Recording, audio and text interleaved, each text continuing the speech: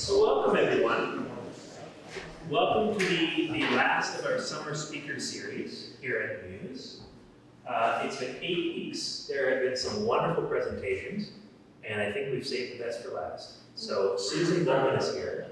She's going to be speaking about Olafur Eliasson. I always have to. Can I just say it's apparently Eliasson. Eliasson. Well, I looked up online, Sure. and I had the audio going, and it said Eliasson. So is Olafur correct? Olafur is correct. Perfect. That's the one that I was afraid of. Yeah. Because I was saying Eliasson too. Sure. Yeah. So for those who don't know, the piece just out here, Solar Surface, is Olafur Eliasson. It is a very striking piece, especially when the sun goes down, especially in the winter with the snow. It is excellent that we're able to have it here at the Art Center, and certainly we're very pleased to have Susan Bulman here as well. So if you could join me in welcoming Susan.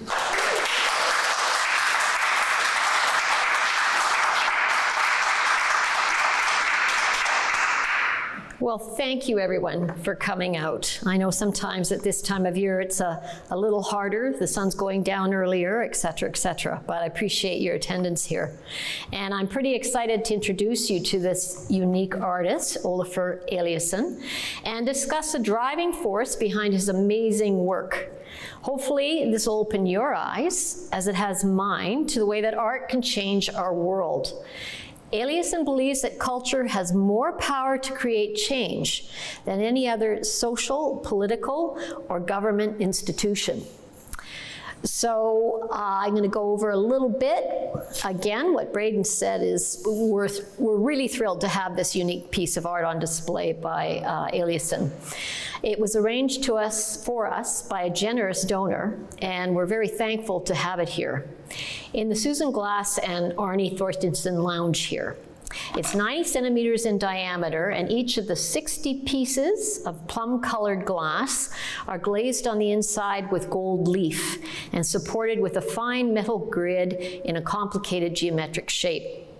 It's lit at the center with a bright halogen light, and as Braden said, it's amazing sight during the day, but at night it's even more spectacular when the walls around are covered in a dazzling display of complicated geometric patterns as the light filters through the glass and the metal grid.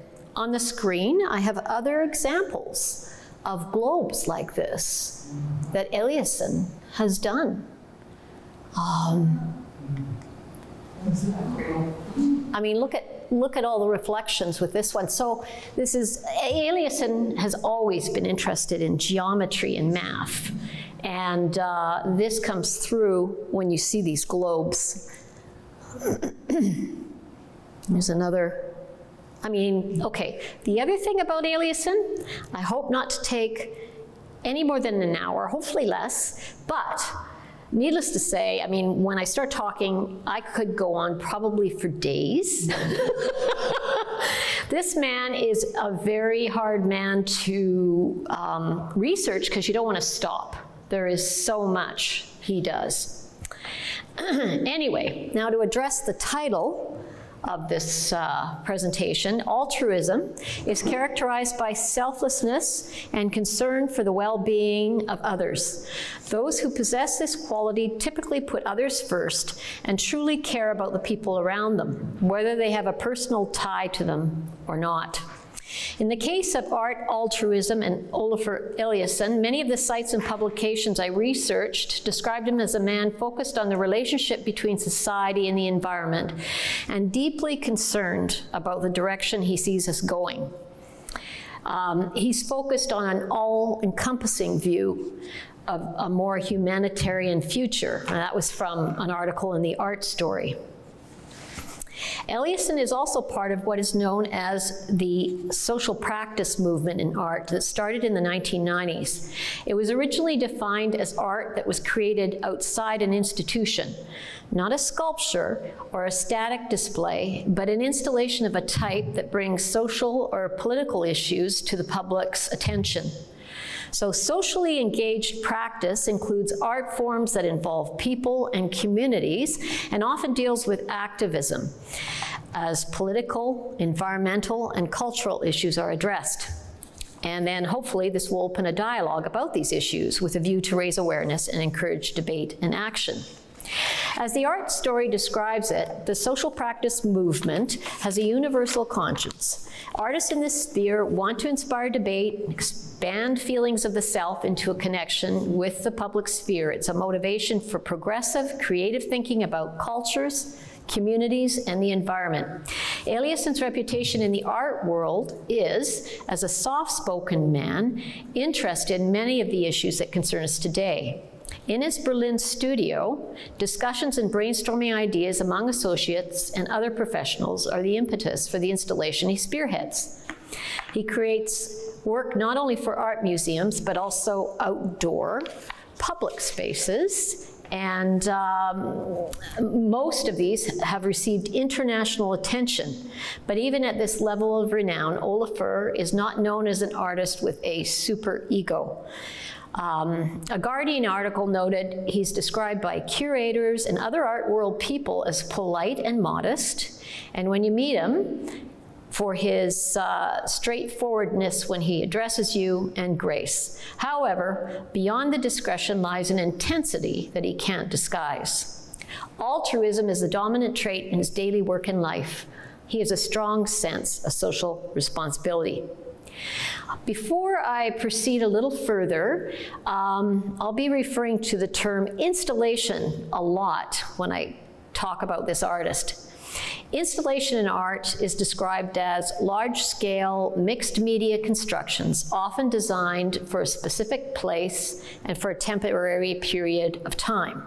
It often aims to change a viewer's perception of the space and environment in which it is in, and in Olafur's case, to hopefully spark debate about a particular social or environmental issue. As I started my research for this presentation, as I told you a minute ago, I was overwhelmed with the variety and breadth of work that he's completed to date. I was warned by someone here to be careful not to get sucked into the black hole. It's Olafur Eliasson. If you Google his name, you will see an amazing scope of work that this 56-year-old artist has accomplished to date. I'll just show you a few of these to show you what I mean. This is riverbed. So 40 tons of rock from Iceland transported to the Louisiana Museum of Modern Art in Hamburg, Denmark. So it was a huge installation, obviously. To him, this was blurring the lines between the manufactured and the natural world. So people scrabbled over these stones, and there was a stream running through. Okay, so that's an installation. This is model room. This was another exhibit of 450 models, prototypes, and geometric studies. As I told you, he's very interested in geometry and math. And it's a record of his work with his studio team and an Icelandic artist and mathematician and architect that he worked with, Einar Thorstein. Okay, and this has been recreated a few times in different places. This is called the Yellow Room, and it changes your perception when you walk into it. Everyone's the same color, and I think that's the point. Everyone's the same. Anyway, when you leave after exiting, there's kind of this blue glow as an aftermath to this intense yellow, right? This is called Notion Motion. So in this, he combines obviously science, right, with his art to come up with, and he works with engineers, I'll get into that later. He explores vibrations and wave patterns in this one here, and it's triggered by the viewers that came into this exhibit. There's many other parts of this exhibit, but this was an arresting photo that I found of one of room in it. A full dome, that's a kaleidoscope colors within a parabolic dome. There wasn't much on that, but. And then this is Return of the Sun King. You'll see this waterfall effect He first created that, and I'll get into that later. It was first created in New York City. But anyway, this was, again, I'm showing you installations, and this is the variety of them that he does. This is Return of the Sun King, it was called. And he was given the Palace of Versailles in 2016, and his feeling was it was absolute power this king had. And so what he did is, throughout the galleries, he used all these beautiful galleries and put up all these amazing optical illusions that you could walk through and experience. And he said it was the power of a king turned into a space that empowers us all. And yes, that is a waterfall falling out of the sky, it looks like. So those are a few. Your spiral view. This is I guess a smaller installation at the Tate. And so it's alternating spirals, different directions. And when you walk through this tunnel, you feel like you're in a totally different space. Okay, so you can look at that for a bit.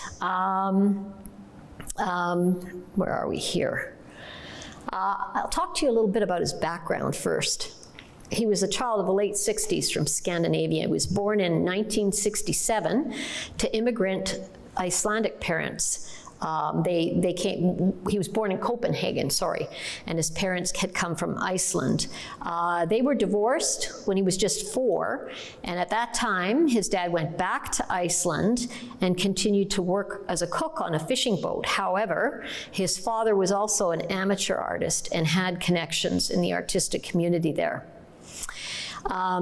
Eliasson has said that his experiential time was spent in Iceland. He has maintained strong links with his family's origins and visits there regularly with associates, friends, family, especially in the summer. He's done a number of projects based on Iceland. He started his Iceland project in 1993, which to this day continues to develop. So it's a montage of people, homes, changing seasons, landscapes of his favorite place in the world.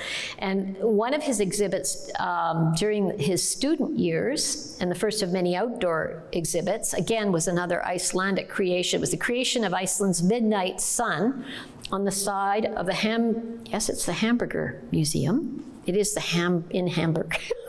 Using fans, smoke machines, lights, and various other components. So here's another one of this is ongoing, these photos that he does. And it began, right here in 2012, he began documenting the volcanic landscape of Iceland. So what he says is that this landscape, Iceland, had a profound effect on me, which is why I've traveled back there regularly to document elements of the Icelandic landscape. I have powerful memories of the light in Iceland in the summer, especially the midnight sun. During the energy crisis of the 70s, there was a rationing of electricity in the town where my grandparents lived, and at a certain hour in the evening, all lights would go off, and the light from the sky would take on a new quality. So this focus on light occurs often in his work. So getting back to his roots, he said he began drawing to impress his father on his visits to him in Iceland. By the time he was 14, he was an expert at drawing the human body. Apparently, he could draw every bone in the human body. And at 15, he displayed his landscapes at an alternate art space in Denmark. Although he had a natural aptitude for art, in the 70s, he was more interested in breakdancing when it came onto the scene. You know what? I really tried to find some pictures of him, and I couldn't find any pictures, because I'll tell you, he said this was his first form of artistic expression, and he described it as an experiment in movement.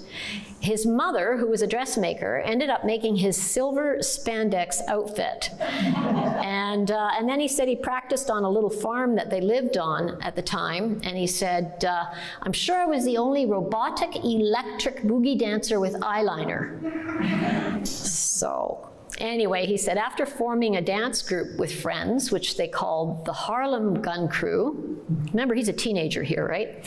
He performed in clubs around Copenhagen and competed internationally. And they won the Scandinavian breakdancing championship in the mid-'80s twice. So he can be really focused when he puts his mind to something. Anyway, so he realized, where are we here? Oh, a life change occurred when he was 20. He moved to Iceland then to care for his 2-year-old sister to help his family out. And during that time, he applied to the Royal Danish Academy of Art. He thought this would be a form of escape. He was bored, and he thought he just, again, teenager, he kind of wanted to disconnect from the world. However, when he got there and started working on his studies, he realized art was about connecting. And as he said, not just trying to impress his father so he would like him. So while training in the academy in the 80s and 90s, he moved to New York to work as an assistant to a minimalist painter called Christian Eckhart. He also read voraciously and immersed himself in philosophy and scientific theories. This is where he said he became especially interested in natural science and its emphasis on an individual's experience of reality. And that's what he works in a lot. How different realities and how we perceive reality. Art, in his mind, became a way of shaping the world. So this is his first installation in 1993 while studying at the Academy, and it was part of a group exhibit. This is just one of his quick sketches. This is how he works. He sketches stuff up, and I have a little video, and he'll explain how he works later as well. His preliminary sketches are shown, and then the actual installation itself. Here, the effect was achieved here with light again and water, and depending on a viewer's position, this rainbow effect changes. So this is an example of his philosophy that the viewer is a necessary part or co-producer of the artwork. So a little more background here into his education and the philosophies that inspired him, as well as his ongoing interest in science and complex geometric forms. He read about configurationism, which I hadn't heard about before. I don't know if any of you knows what that is, but apparently it's a theory that we perceive patterns and configurations as a whole experience and not as individual components. So it's like the old adage, the whole is more than the sum of its parts.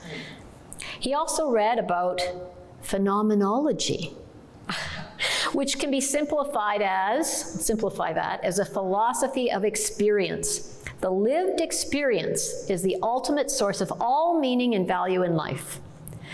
So the many unusual installations he has created are examples of where these interests have taken him. The optical illusions created when light passes through complex geometric shapes are filtered through water and mist transform spaces and sparks our imagination. As one critic says, he makes us conscious of the act of looking. He wants us to be wholly immersed in the art and part of its creation. This is actually why he often uses the pronoun you or your. So when he's labeling a specific work, he'll often use the pronoun you or your because he wants the viewer to feel a part of the art, to feel an important part of the art. So in 1995, he graduated from the Royal Danish Academy of the Arts with a really strong focus to use the media of art to institute change. He believes change, as I said, would come through culture and not social, political, or institutional means. To this end, he founded this studio in Berlin and called it a lab for spatial research. He was inspired to set this up after he witnessed the wall coming down in the city. And as he says, there was an incredible sense of possibility and opportunity at the time, and many artists were attracted to it as it offered the facilities of a Western capital at a low cost of living. The huge variety and size of the studios attracted a diverse cosmopolitan community, what's known as today as the Berlin generation. With his roots in Denmark, and given that country's strong emphasis on the values of common space and sharing, social democratic values were inspired in Eliasson at an early age. He thinks best in groups and conversations with others, and over the years, his studio has grown in size and stature. From a small group of 10 on to 30, he moved in 2008 to this brewery here, renovated brewery, where now a group of over 90 people work in 5 teams. He goes through a process of verbalizing, sketching, and modeling ideas with his team in a series of meetings until the artwork's ready. His team consists of designers and architects, exhibition planners, research and communication people, production teams, and of course, finance. A kitchen recently was installed at the top, and it serves the staff, and it uses all locally sourced produce from farmers in the area. And the multiple disciplinary approach he has includes a program of talks about food-related issues. And this kitchen's even attracted well-known chefs who are interested in the events that he has there about food. So it seems he's interested in everything here. Yeah. Okay, here we go. And that's sort of a view of the inside. If I ever get to Berlin, which I hope to, I would really love to search this studio out and at least get into the ground floor of it. Anyway, in 2022, he realized a dream and also opened a satellite studio in Iceland, Marshall House, which looks over the Reykjavik concert hall, whose facade he helped design. The studio contains the work, the same type of work as Studio Olafur Eliasson, with a focus on research, combining art and science. So Eliasson works not only with light and color, but water, air temperatures, fog and ice, mirrors and movement to create these large-scale public installations and architectural projects. He said if there's 100 people, there'll be 100 works of art. He uses unusual materials, as you have seen, to immerse the public in fantastic and interactive experiences.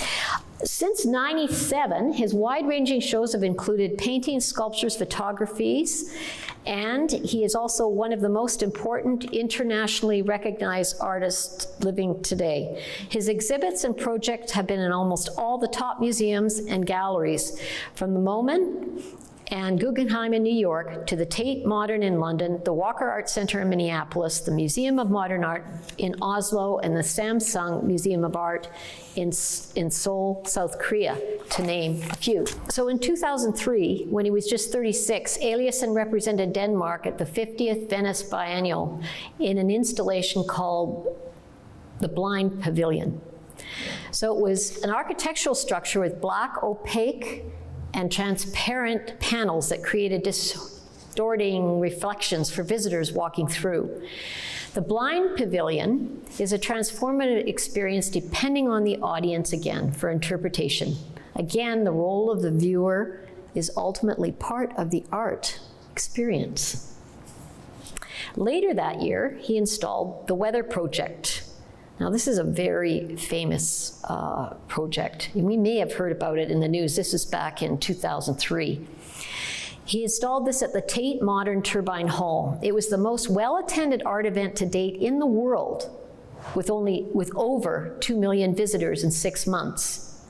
When he was asked to extend it, he refused, as he said it was not intended as a media event, but rather an installation to raise debate and consciousness about the environment. So it's a really, you can see on the left there, it's a industrial-looking space, but it's very high and cavernous space and narrow, and it's not easy to work with. So his job was to, work in that and transform it into another world.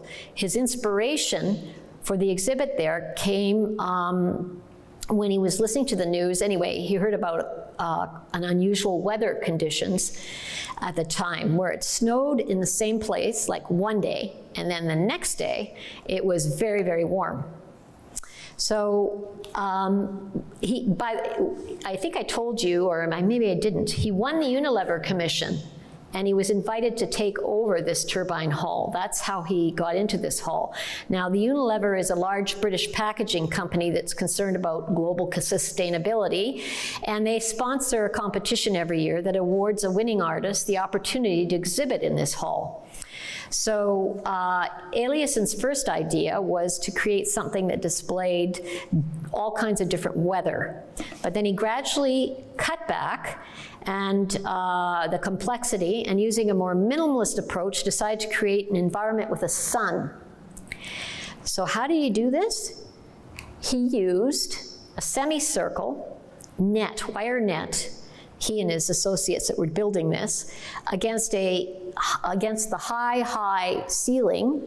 It was a semicircle, and there were 200 monochromatic orange lights held in this net. And the ceiling was 25 meters up, and the mirror up there was actually very thin, highly polished aluminum. So the effect of this created a kind of like a blazing sun, and then a haze machine created a fog and reduced the look of the high steel walls, and it added to the effect and the mystery in the space, which could be interpreted as a desert sunset, alien planet, or an apocalyptic event, whatever the viewer thought of. But that was the wild part, Eliasson said when I was reading some of this stuff. He and his team had no idea how this would be received. What he did want this installation to do is underline the massive power of nature and what a small part we are in it. And he also said it's a great thing if you can combine a singular and collective experience in art. In other words, you're looking up there, you see all these people, so you're experiencing it yourself, but then at the same time, you're looking at how other people interact, and that's what he wants. Anyway, check out The Guardian. If you go online and check theguardian.com, 2018 article on October the 2nd, there's more information about this amazing weather project. It's been said that this installation changed the course of the art world because of the way viewers responded to it. The artist and his associate, Sebastian Bayman, had no idea how people would react, and there were some very unusual reactions. A BBC weatherman set up a little studio in it and broadcast from there for a week, ending every day with, "And here at the Tate, the sun is still shining." And then there were yoga classes, weird poetry cults hosting doomsday events, and at one point, a protest. And the protesters lay down and spelled out with their bodies.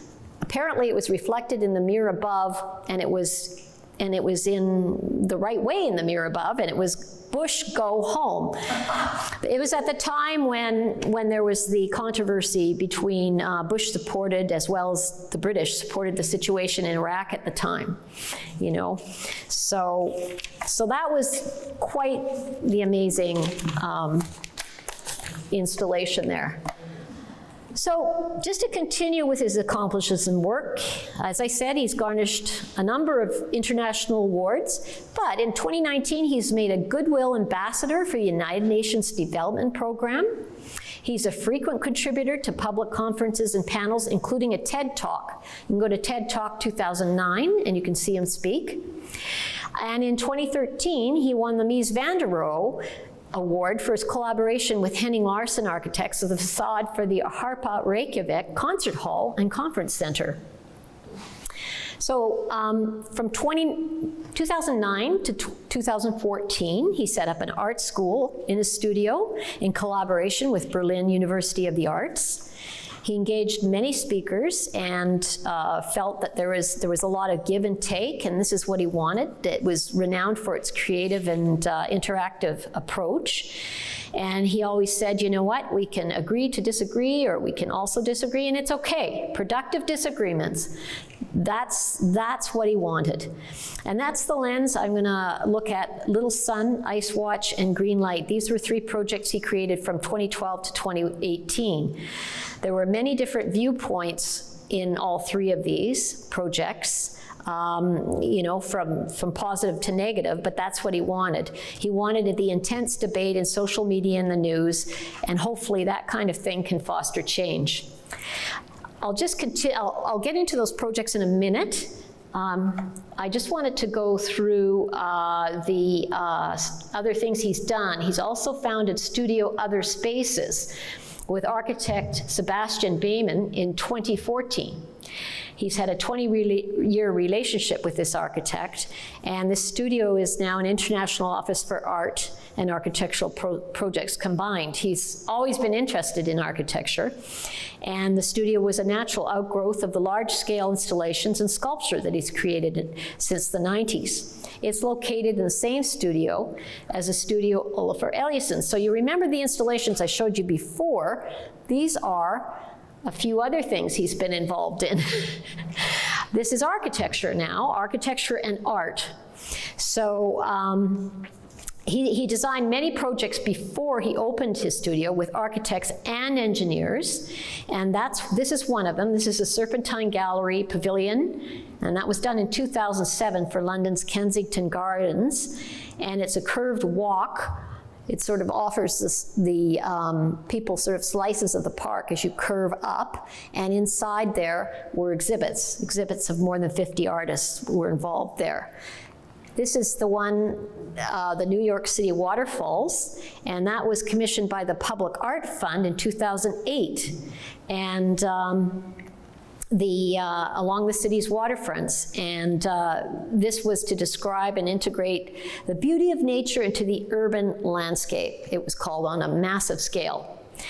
And it also incorporated an educational component in the public schools that engaged students through the study of marine culture, as well as history and environment of New York City and its waters. And so there was an examination of art, history, environmental responsibility, aquatic life and ecology, as well as water conservation. And it was designed to be sensitive, this exhibit, to the waterways, and it ran on green power. There are 4 of these. These are 2 of them, and they range in height from 90 to 120 feet. And the Brooklyn Bridge was one of the most famous places this was installed. So obviously he worked here with engineers to do this.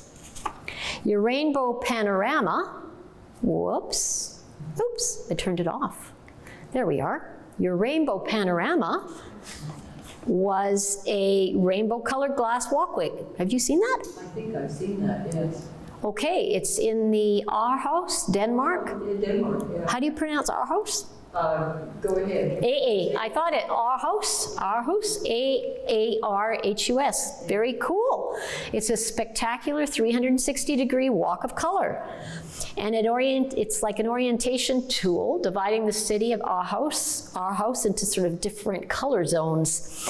And he says it's got the qualities of a lighthouse, drawing attention not only to itself, but to your physical location in the city. The walk becomes a compass in time and space, and the circular shape of the structure also complements the square below very well. So here's a closer, so you can walk right through there, and there he is in his studio. I wanted to get a picture of him again, how he works in a studio setting these things up. So the Harpa Reykjavik Concert Hall and Conference Center, that is another project. Yeah, I'd like to see that if I get to Iceland. It was a project, of course, in conjunction with architects and engineers that lasted from 2011 to 2015 before it was finally opened. But he designed this facade, and he said it was inspired by Iceland's crystalline basaltic columns of rock that are found in many of its caves there. So the play of light is incredible there, through the color effect glass, and then of course the geometry of this facade, and it changes as your position in the space, as you move through space, and it also changes during different seasons and weather. And it won the Mies van der Rohe Award in 2013. And I, just as an aside, I don't know if anyone has seen the movie, it's called Black Heart.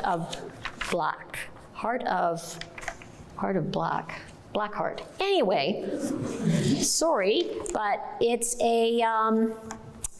a movie that I just saw like 2 days ago. It was something sort of mindless starring Gal Gadot, a dramatic thriller. So guess where they ended up?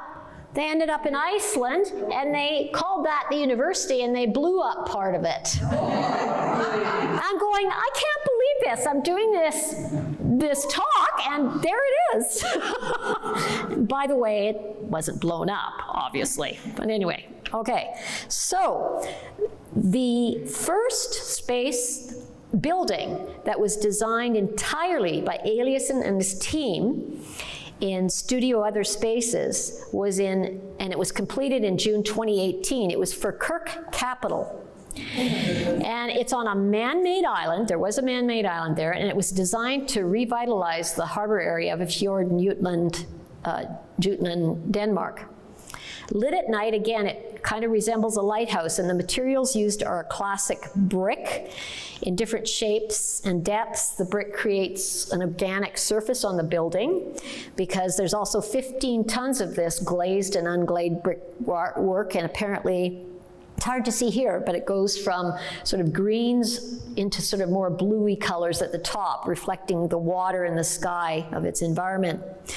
So it reads as an architectural sculpture, but locally sourced art and crafted materials from the area were used and designed specifically for it.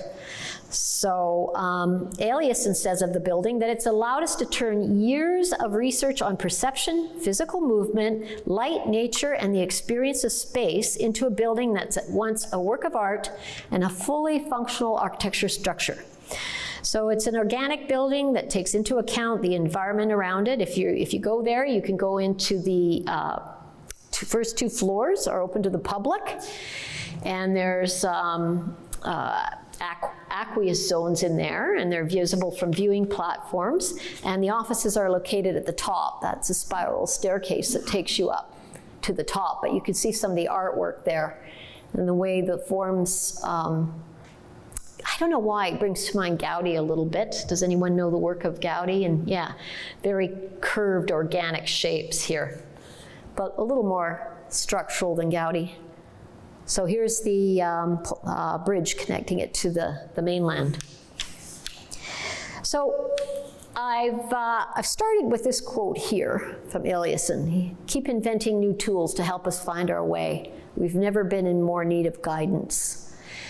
We keep looking straight ahead, the earth's crumbling at our feet. That said, he said that he is generally a positive person. And he believes in hope, and it's important not to lose sight of what's going well. An artist as well as a social activist, as you have seen, he creates experiences that the public can interact with and maybe leave with new ways of looking at the world.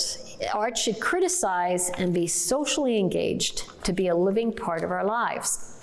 How does he do all these things? So I looked into his connections. He's taken the definition of art kind of to another level here. As well as the connection with amazing variety of people in different fields that work in his studio, he's also forged strong relationships, of course, with politicians and business people whose backing facilitates his projects in one way or another.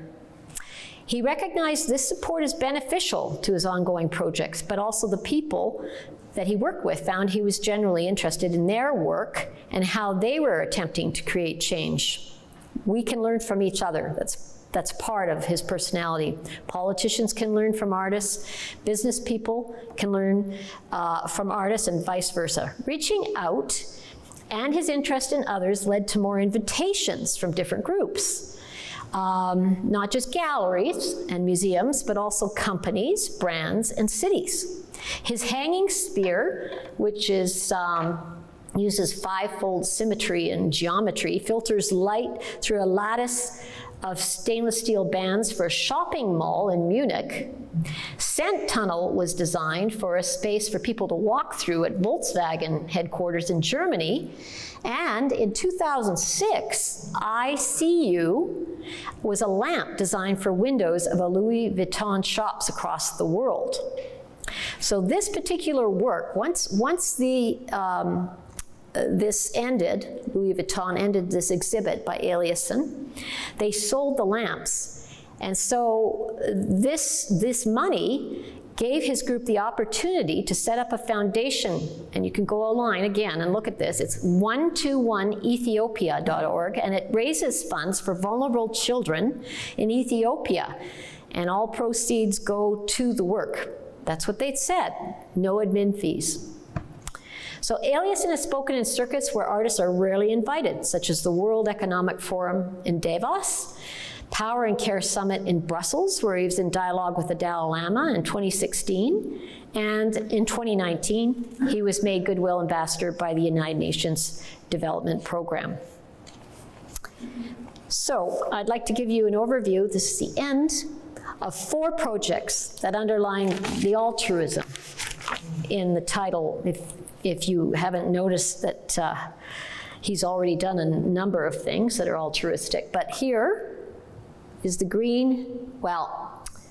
this is the Green River Project. Sorry, before I get to that, the Green River Project. So, I'm kind of mixed up here. 9, here we are. All right.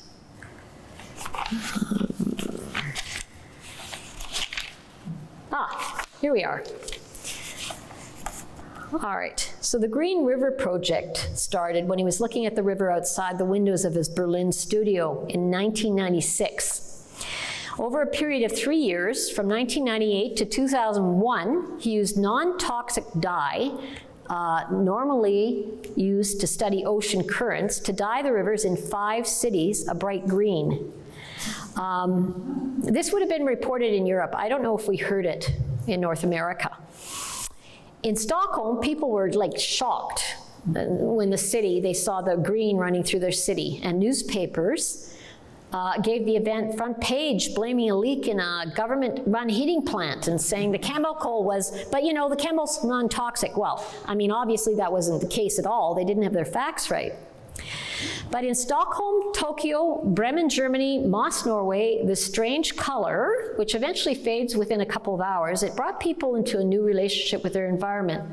So urban dwellers, who are often disconnected, just kind of walk right by these things and don't look at them.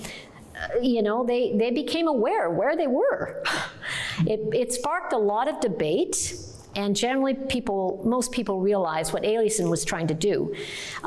They started to take notice of waterways they'd taken for granted, walking through their environments every day, and how they can be harmed by misuse.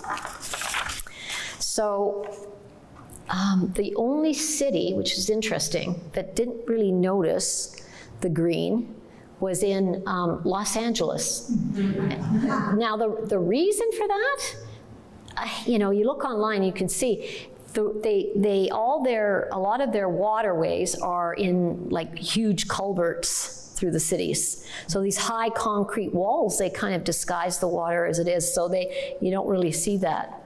But the other cities, as I say, they really noticed. He said that understanding the past and the future of something needs some time. I guess the past before it was green, and then the green, and then the after. And he did, to do this, to capture the public's attention, he used this brilliant color. So he gave up his what's called guerrilla art, tactics in 2001 as he's concerned about the panic that ensued following this Green River project.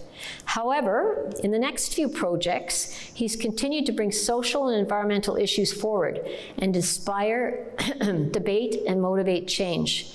In 2012, 3 main projects were developed by Eliasson, with collaboration in the skill sets of lawyers, politicians, NGOs, and activist groups.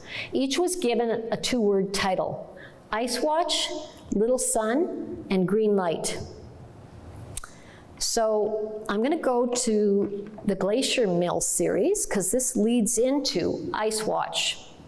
So the Glacier Mill series was originally created around photographic sessions in Iceland. I told you he went there all the time and photographed the country.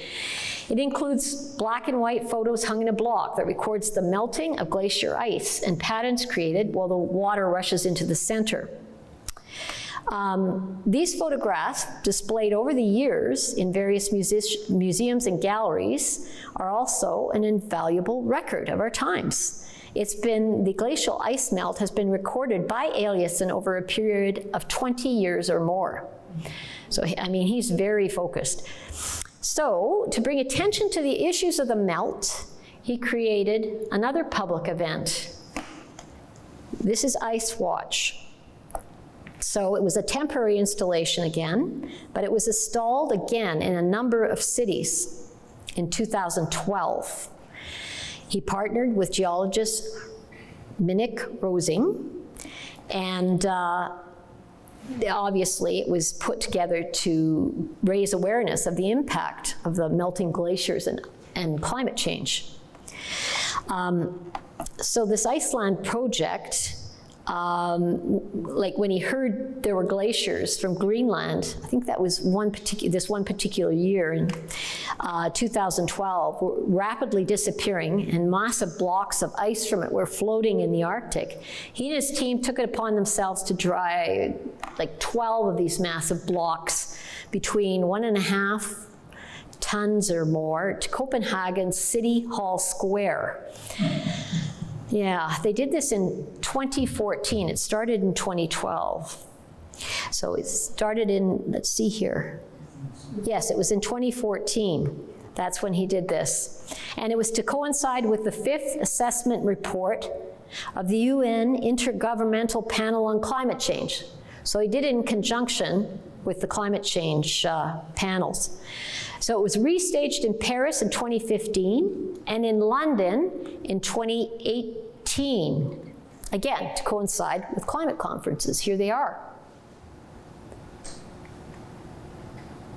So, as you can see here, the huge blocks were arranged, a couple of reporters, different viewpoints. They said like a ancient stone circle, or another reporter said, well, there's 12 blocks, like the hours of a clock.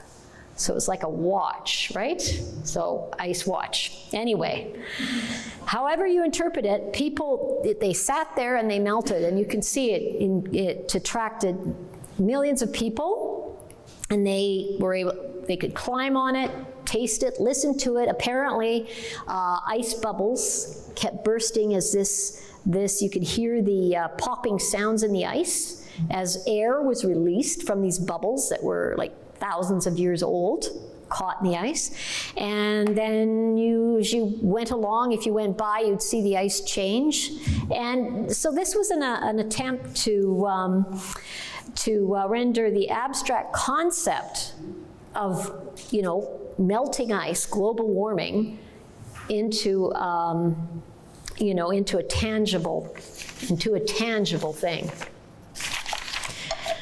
So the next project, and I've only got one more, and the next project requires me to hold this up, because we have in this gallery, we have this beautiful globe by Eliasson.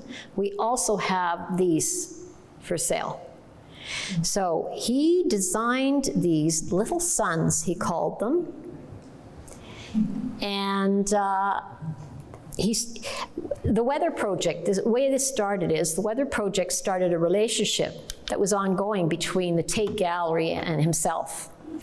He had other exhibits there, but during the London Olympics in 2012, he approached the Tate about this new project that he had developed with engineer Frederick Ottesen, Little Sun. So this is a social business as well as a piece of art. He designed the surroundings. And it's a handheld torch created to bring light into the areas of the world that are off-grid or rely on oil or gas for nighttime light. So the idea was and is to address the inequality of energy access throughout the world. So about every 7th person in the world lives with minimal or no electricity most of the time. So to promote the work, for 7 Saturday evenings, visitors walked through the surrealistic galleries with in the Tate with little suns to light up the work by artists such as Dali and Ernst. And the Little Sun Foundation was established in 2017 to bring light to school children in areas without electricity, as well as refugees without access to power. And the solar charger in North America and Europe a solar charger was developed as well, and it's subsidized in off-grid areas at a reduced rate. So when I was looking through this, I was wondering how this is funded, but apparently companies like IKEA promote the lamp, and they donate funds from the product sold to the public. That's just one. And a collaboration during IKEA's Democratic Design Days in 2019 with the Little Sun Foundation was revealed. And what they do is distribute solar-powered products and work closely with local entrepreneurs. And it's created jobs, and it brings sustainable energy to empower those who need it the most. So you can go online and buy one right now, or one right here, and help out. Again, go online and you will see the Little Sun and all about it. It's amazing. So the last project that I'd like to share with you, which certainly underlines his altruistic tendencies, is called Green Light. Was called Green Light. So when he was spending time, well, you can read that right there. I'll go through it here. When he was spending time in Vienna in 2015, preparing for his exhibit at the Winter Palace called Baroque, there were thousands of immigrants arriving in the city, fleeing crises in Syria and Afghanistan. Many Europeans were concerned about what was going to go on and concerned about the influx, and apparently the political right wing was very hostile.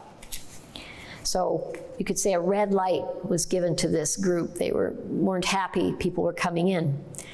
Eliasson wanted to signal green light, so a go to migration and immigration. So in this period, put together a workshop sponsored by Francesca von Habsburg, whose collection of Eliasson's work was central to the Baroque display. She was one of his patrons, and she shared his concerns. Anyway, she offered her foundation space, her space in a park for him to set up the workshop in the spring of 2016.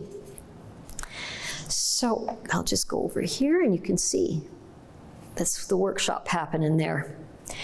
Eliasson determined the light could be made from balsa wood, recycled plastic connectors, and green LEDs. The shape was determined by Eliasson and his friend Dinar Thorsten's research into geometry, and it was modular and could be joined together in clusters. Under Austrian law, asylum seekers can get paid, and so they had to participate as volunteer in making these. However, they were offered meals, language lessons, and other courses to help them obtain living and working spaces. And also, other people in the community came forward. Other members of the community that supported them came forward to help do this. So the funds raised by the sale of the lights went to the Red Cross and Caritas, an organization that offers migrants free legal advice. Since it was open to the public, as I'd said, the Austrians could join with the migrants and they could all build light together. So this is kind of what they looked like.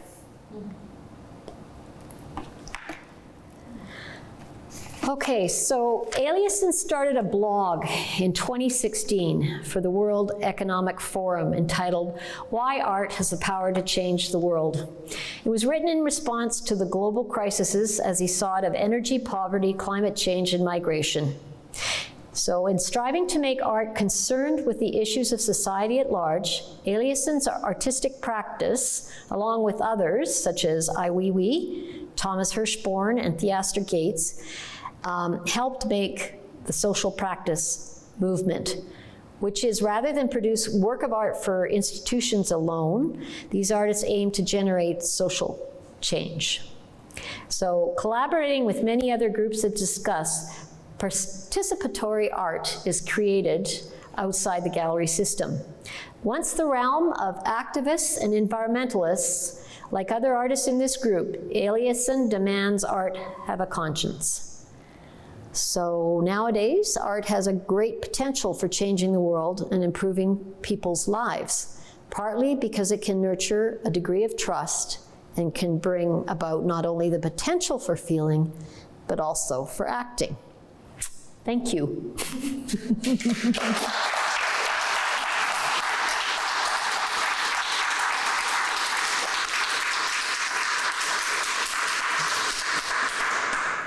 Okay, are there any questions?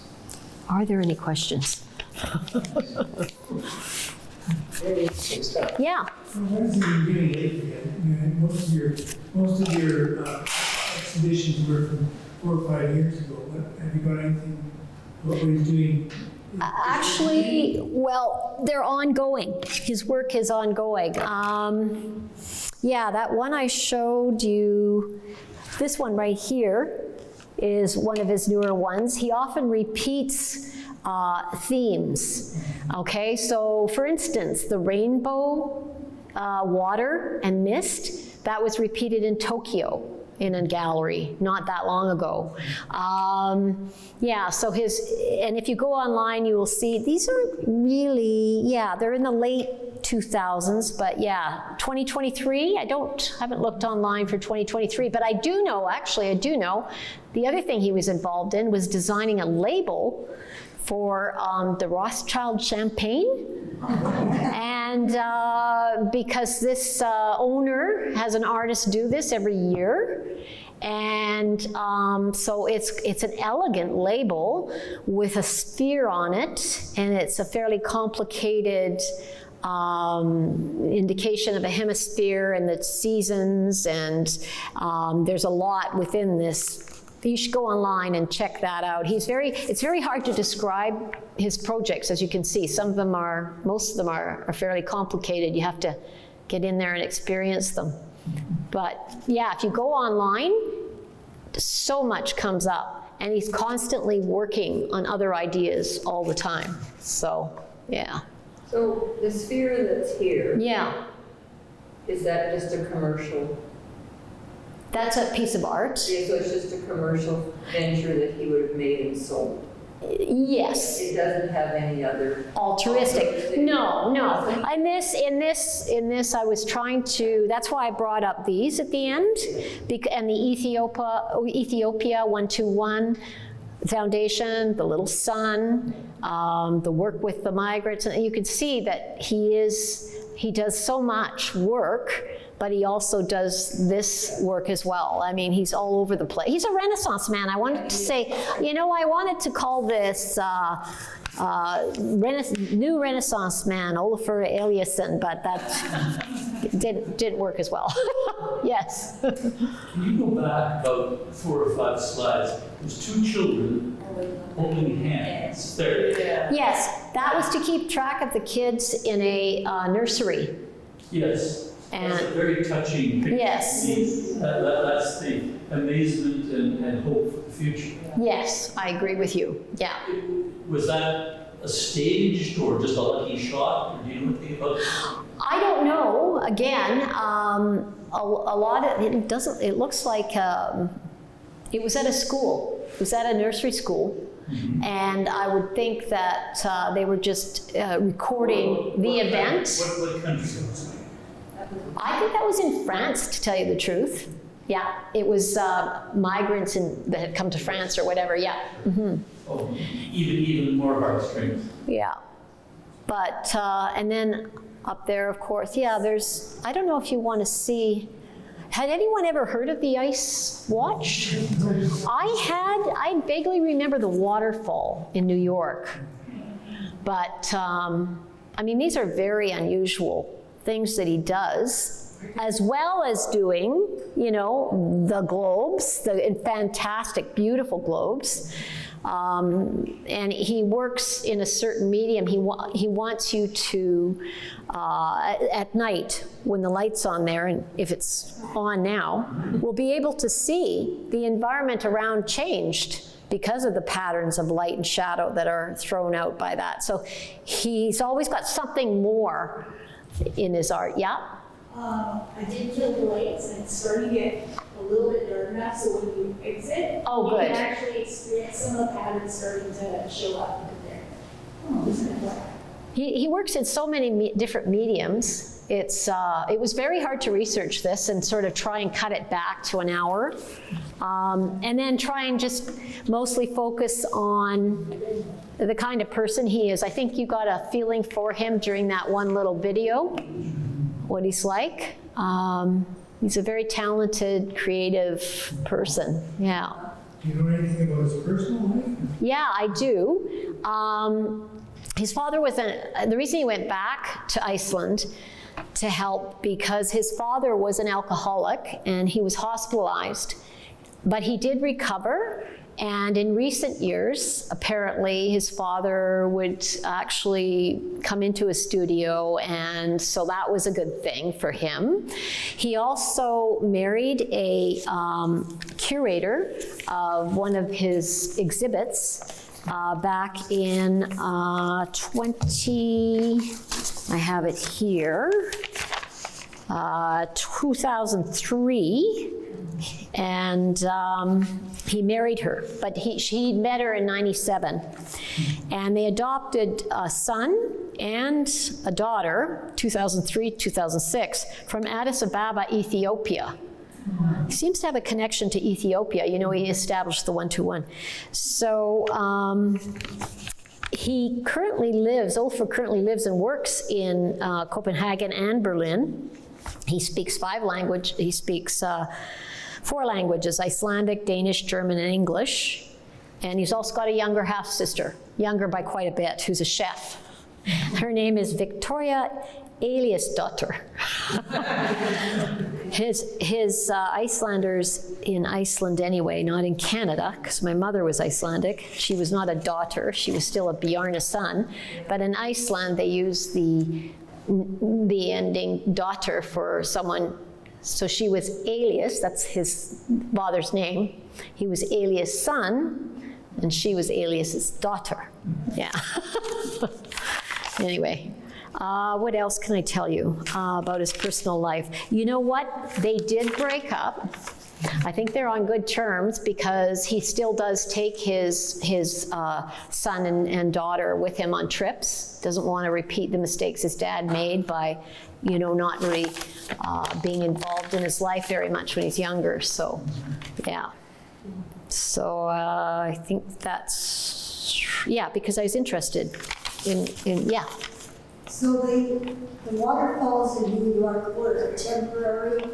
Yeah, and it was apparently the most expensive project since the gates, the huge gates that were done for the park for New York's Central Park. And yeah, the Bloomberg supported it, the mayor, and it was all to bring attention to New York, the world tension, I guess, and also to show the importance of the waterways there. Yeah. How does he work financially?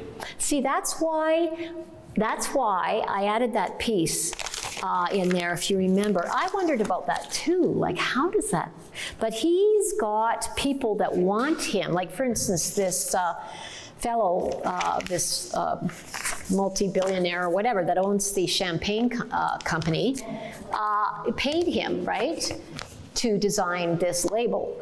And he's also, people, and I found this out too, that people, politicians in cities or companies will pay the artist to do these things. And the idea with a project like this one illustrated here, how many thousands of dollars? You know what? I didn't look that up, so I have no idea how much that one was, but I'm sure you could Google that again, Dr. Google, and find that out. So as I say, it goes, if you start with him, you'll go, oh, and then it goes on and on and on and on and on. And you just, oh, okay, and then you wonder about this, and it just, I tried to kind of look up some different questions that you might, things that you might ask about.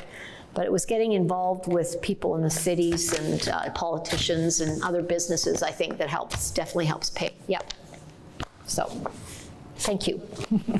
I'm sure you all want to get home now. Whoops. Maybe use your little sons. Yeah. Okay, So- thanks again, Susan. Okay, yeah.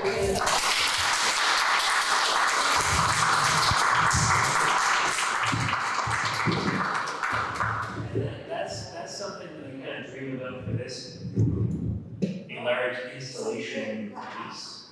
Yeah. I was up on the lift, Well, the temperature putting is, up here for the trees. you know, They were those close. hanging, those were close, because you could walk around them and you could. I can tell you, I was up and I was looking out these windows, and I was thinking, how would it be to build like second level in here? There's lots of different things we can do, and I think there's a lot of neat opportunity there. So thanks again, Susan. And thank you all for coming. My first time, so that was good. Hey, absolutely. Yeah, we're And built in. that draws our summer speaker series to a close. So thank you all for coming. And for those who came earlier in the summer, certainly we thank them as well. And we certainly hope to see you next summer. And try to stay warm this winter.